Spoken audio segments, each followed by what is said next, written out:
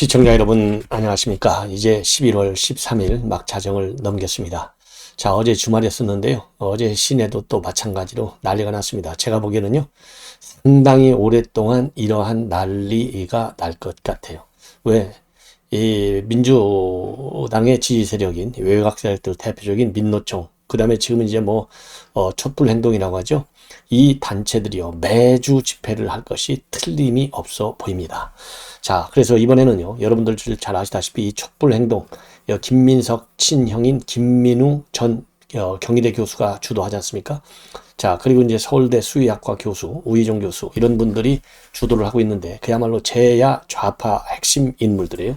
이 사람들이 그러지 않아도, 그야말로 윤석열 정부, 퇴진 운동을 하기 위해서 명분을 항상 찾는 사람들인데, 이번에 이태원 참사가 터지니까 퇴진이 충분하는 겁니다. 이런 구호를 걸고, 오늘 대대적으로 서울 시내, 용산 이런 데서 대대적으로 시위를 했고요.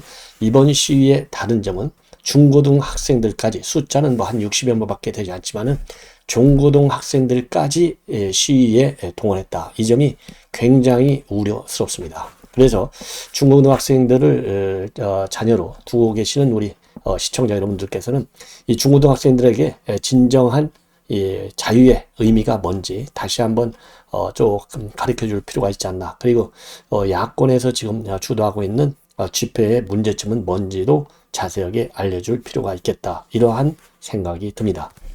그래서요, 맨 먼저 이 집회 관련 말씀을 드리지 않을 수가 없어요. 자, 그래서 오늘 집회는 말이죠.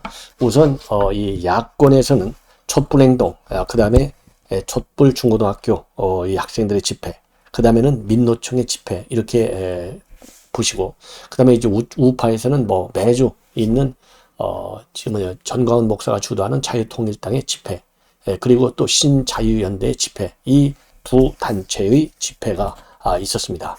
그래서요, 이 단체들의 집회 내용을 조금 아무래도 자세히 말씀드릴 필요가 있을 것 같아요. 그래서 우선 촛불 행동은요, 이번 이제 이 대회가 윤석열 퇴진 14차 촛불 대회예요. 그래서 본래 이제 퇴진 집회가 주 목적이었는데 이태원 참사가 일어나니까 추모 집회로 바뀌겠다 해놓고서 구호는 퇴진을 주장하고 있어요. 그러니까 얍 다르고 속 다르다 하는 게 바로 이런 데서 나오는 거 아니겠습니까? 자, 그래서 오늘도 구호가 퇴진이 추모다.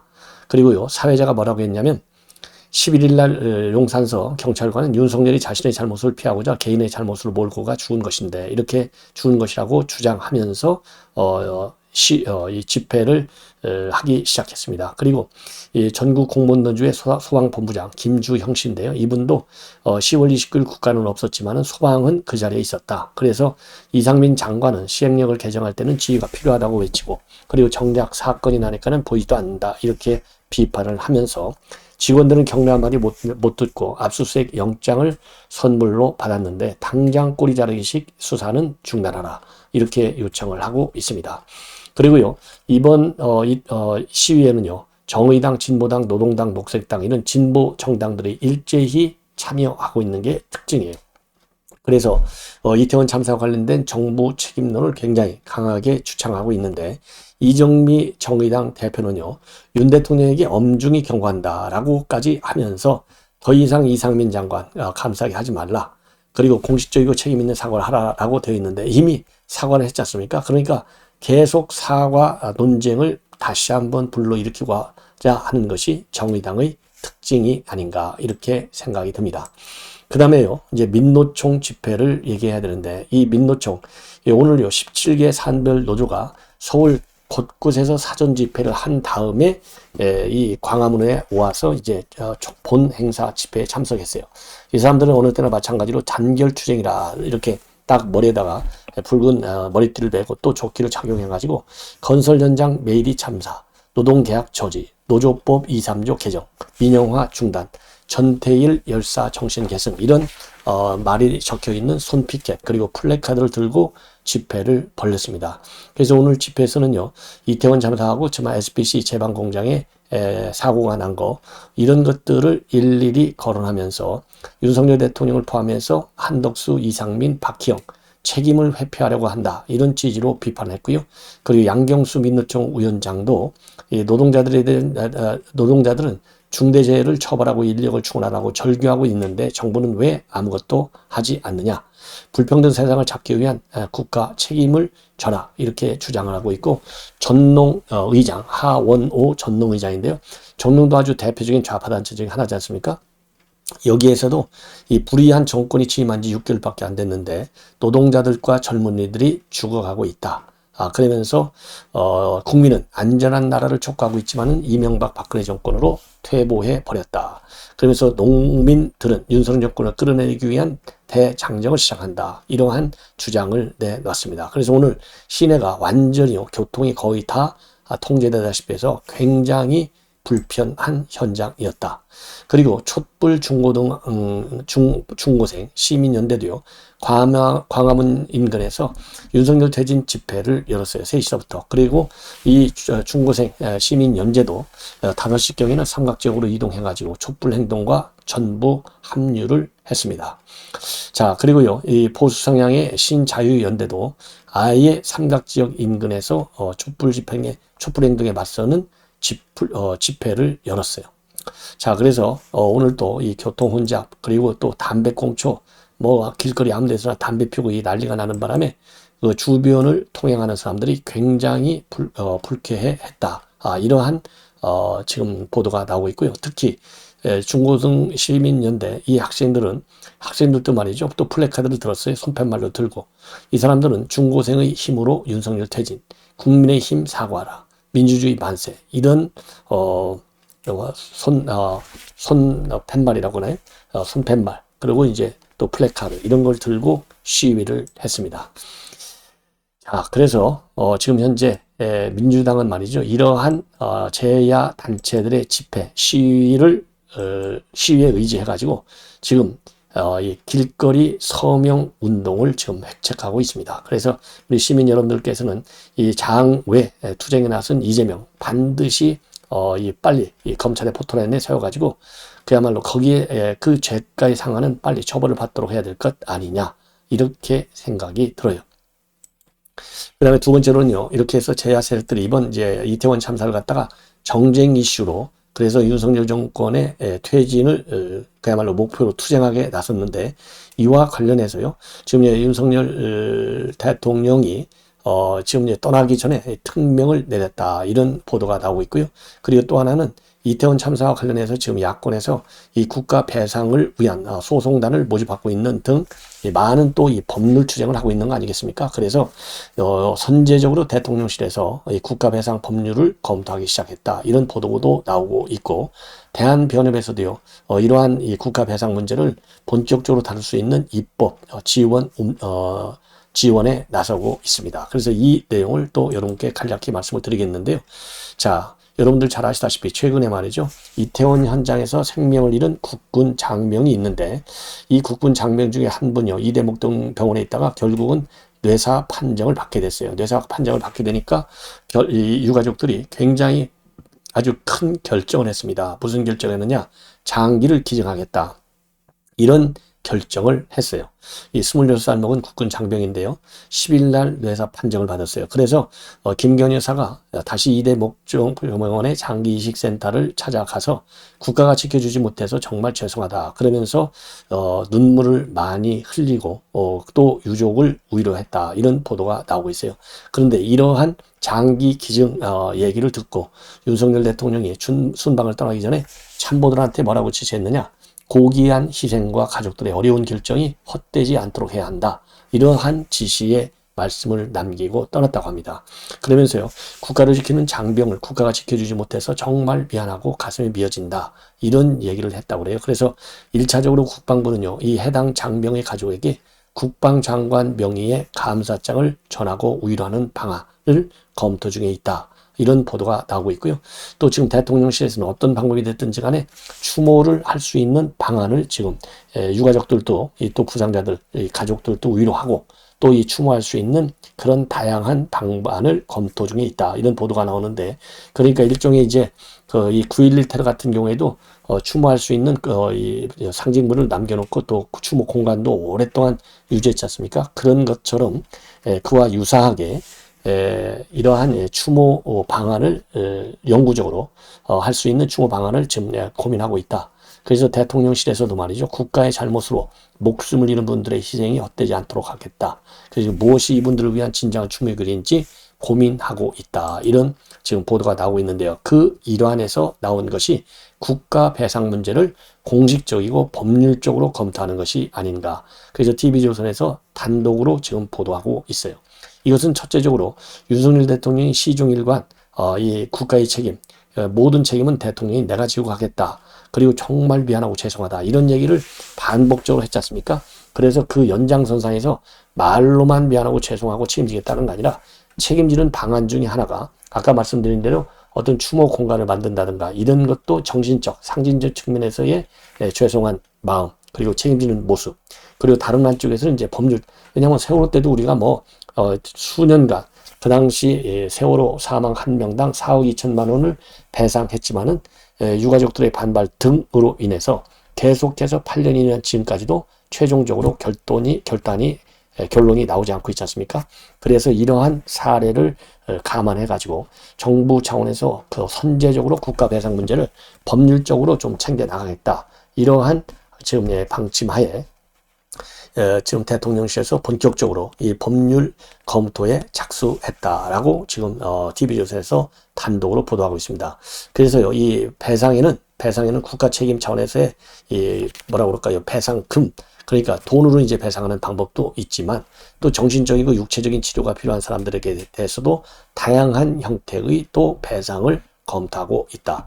특히요, 지금 참사 다음 날 112 대응 녹취록이 전격적으로 공개했지 않습니까?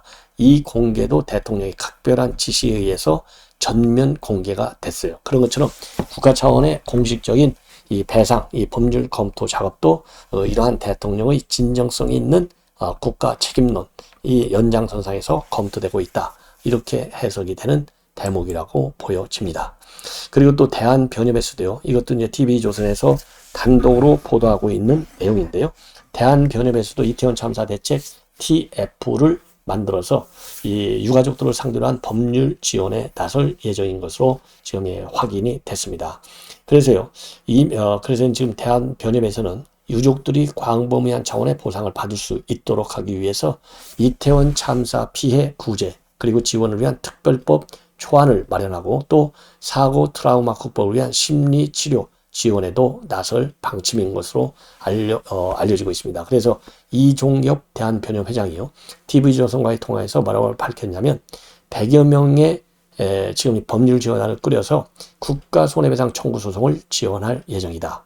그리고 사고 원인 조사와 배상 청구 등 법률 지원 활동뿐만 아니라 앞으로 유사한 참사가 발생하지 않도록 제도 개선도 축구한다. 그리고요, 피해자들이 광범위한 보상을 받을 수 있도록 특별법 입법 지원에도 나설 것이고 법조인들이 지혜를 짜내 법안을 촘촘하게 마련한 뒤에 국회나 정부가 법안을 발의하면 더 효과적일 것이다. 그러면서요, 유가족과 부상자 가족의 사고 트라우마 극복 그리고 심리치료를 위해서 업무 협약 관계에 있는 대한의협에 도움을 요청하겠다라고 밝혔어요. 참고적으로 대한변협은요, 지난 8일 날 소속 회원들한테 이태원 참사 대책 TF 위원 모집 안내라는 제목의 이메일 공고문도 내놨습니다. 그래서 대한변협도요, 다른 그 어느 때와 달리 법률적인 측면에서의 지원 방안을 아주 적극적으로 강구하고 있다. 이 점을 제가 여러분께 말씀을 드립니다. 자, 이번에는 말이죠, 이 정우성 영화감독, 이 정우성 씨 영화감독 모르시는 분이 아마도 거의 없을 겁니다. 예. 그래서 이 정우성 씨가 말이죠, 지금 이태원 참사에 관련해서 각별한 애도의 뜻을 반복적으로 표명을 하고 있습니다. 그래서 엊그제 10일 날 밤에는요, 이 온라인 커뮤니티에 뭐가 많이 나왔냐면, 이 정우성 씨가 이태원 참사 현장을 찾아서 조의를 표하는 그런 사진 그리고 영상이 대대적으로 또 된 바 있어요. 그래서 이 정우성 씨는요, 이 사진을 보면은 양복과 검은색 넥타이 차림을 했고, 그리고 이 추모 공간에서 이 묵념을 하고, 또 유가족들은 또 위로하는 모습들이 이 동영상에 담겨져 있습니다. 이와 관련해서 이 정우성 씨의 소속사, 이 아티스트 컴퍼니인데요. 여기에서는 뭐라고 얘기했느냐? 정우성 씨가 이태원 참사 현장에 다녀간 것은 맞다. 그리고 유엔 난민 대사 최고 대표인 필리포 그랜디가 한국에 방문해서 함께 조문을 표시했다. 이렇게 되어 있는데요. 이 정우성 씨 같은 경우는 여기 홍보대사로 되어 있다고 그래요. UNHCR 여러분들 아시죠? 여기에 이제 홍보대사로 되어 있기 때문에 유엔 난민 대사 최고 대표가 유엔 난민 대표부 최고 대표가 같이 동행 방문한 것으로 그렇게 이해가 됩니다. 그리고 또 이 정우성 씨의 경우에는요, 자신의 인스타그램에다가 김의군 시인의 미안하다 용서하지 마라 이 글귀도 또 올려놨어요. 그래서 이 시인은요, 미안하다 용서하지 마라가 이태원 173의 7 그 주소잖아요. 사고 현장. 그 좁은 길목에 꽃조차 놓지 마라. 꽃들 포개지도 마라. 겹겹이 눌러오는 공포 속에서 뒤로 꺼져가는 의식으로 붙들고 있었을 너희 마지막 절규의 꽃잎 한 장도 무거울 것 같다. 차마 꽃조차도 미안하구나. 이러한 시를 갖다가 인스타그램에 올렸어요. 예. 그래서 두어 번씩 이렇게 정우성 씨가 각별히 지금 이번 조의를 표명하고 있는데요. 이렇게 정우성 씨는 그동안에 인터뷰 내용의 이 언론 보도를 보면은 세월호 사건을 계기로 해서 이러한 사회적인 큰 문제에 관해서 목소리를 내기 시작했다. 이런 입장을 밝힌 바 있고, 이 세월호 때는요, 이 박근혜 대통령 나와라. 또 이런 얘기를 또 하기도 했고, 그래서 나름대로 상당히 이런 현상에 관해서는 뭐랄까 할까요? 이 사회적으로 많은 주목을 받고 있는 분입니다.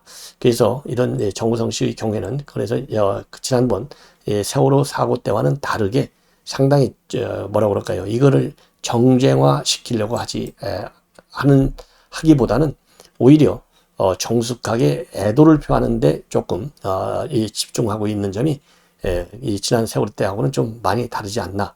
그리고 이 정우성 씨의 경우에는요, 이분이 이제 좋아하는 프로그램이라든가 뭐 이런 걸 보면 MBC 스트레이트, KBS 시사기획창, 그 다음에 김어준의 뉴스공장, TBS, 뭐 이런 팟캐스트 김용민 브리핑, 이런 이 방송 프로그램을 좋아한다는 거예요. 이런 걸 보면 굉장히 비판적 시각을 많이 가지고 있는 분인데, 이 배우 정우성 씨의 경우에는 이번 이태원 참사와 관련해서는 기존의 이런 참사와는 다른 태도를 보이는 점에서 주목되는 것이 아닌가, 이런 생각이 들어요. 자, 이번에는 이제 단편 뉴스 몇 가지만 간략하게 말씀을 드리면요. 지금 이제 미 시사주간 타임즈가요, 올해의 최고 발명품을 쭉 소개하고 있는데요. 우리 한국 제품으로는 삼성전자의 스마트폰, 그리고 LG전자의 생활 가전이 여기에 선정이 됐습니다. 타임즈에서 매년 발표하는 최고의 발명품, 이건 뭐 대단한 상품으로 세계적인 홍보 가치가 굉장히 크죠. 그래서 삼성전자의 경우는 뭐냐? 이 플래그십 스마트폰 갤러리인 갤럭시 S22 울트라를 최고의 스타일러스 스마트폰에 선정을 했다고 합니다.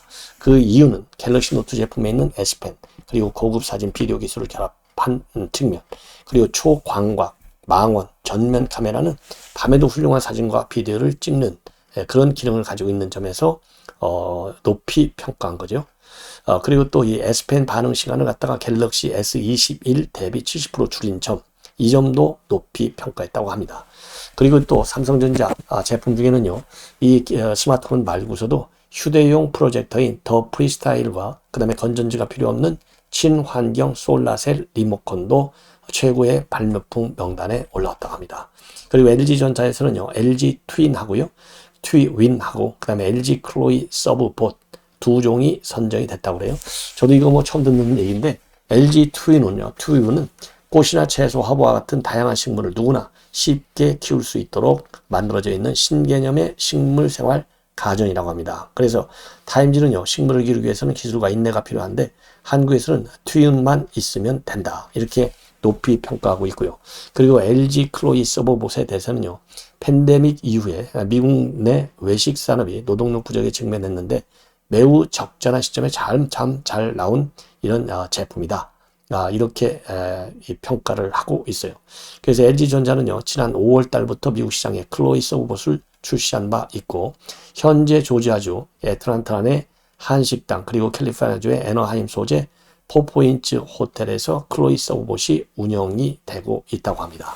자, 그래서 이번에 이제 이 타임즈에서 말이죠, 이 100대 제품에 들어간 삼성전자, LG전자, 또 이 다른 기업들도 들어갈 수 있도록 신기술 개발에 조금 속도를 낼 필요가 있지 않나, 이런 생각이 듭니다. 그리고요, 이제는 이제 손흥민 선수가 최종적으로요, 이번에 카타르에서 열리는 세계 월드컵에 출전을 하기로 최종 이 벤투 감독이 발표를 했습니다. 그래서 정말 참 다행이고, 특히 손흥민 선수 같은 경우는 이번이 2014년도, 18년도에 이어서 세 번째 도전에 나섭니다. 자, 그래서요, 이번 이제 월드컵, 그야말로 4강, 뭐 결승까지 올라가기를 저도 우리 시청자 여러분과 함께 빌도록 하겠습니다. 그 다음에 미국 이제 선거 소식인데요. 미국은 뭐 주별로 이 선거법이 다 다르기 때문에 이 개표도 주별로 상당한 차이가 나고 있어요. 그래서 지금 상원 선거가 과연 어떻게 되느냐. 지금 이제 하원에서 이제 공화당이 좀 이기고 있잖아요. 그런데 이제 상원은 48대 49로 이 공화당이 한 석을 앞서다가 오늘 낮 시간을 계기로 해서 오늘 한 1시경부터요.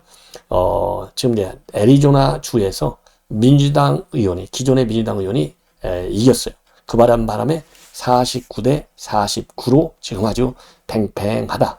이렇게 지금 나와 있고, 지금 남아있는 네바다 주하고 조지아 주가 이제 관건인데요. 네바다 주에서는요, 공화당의 애덤 렉설트 후보가 민주당 캐서린 콜테즈 메스터 상원의원에 앞서고 있는 것으로 지금 나오고 있고요.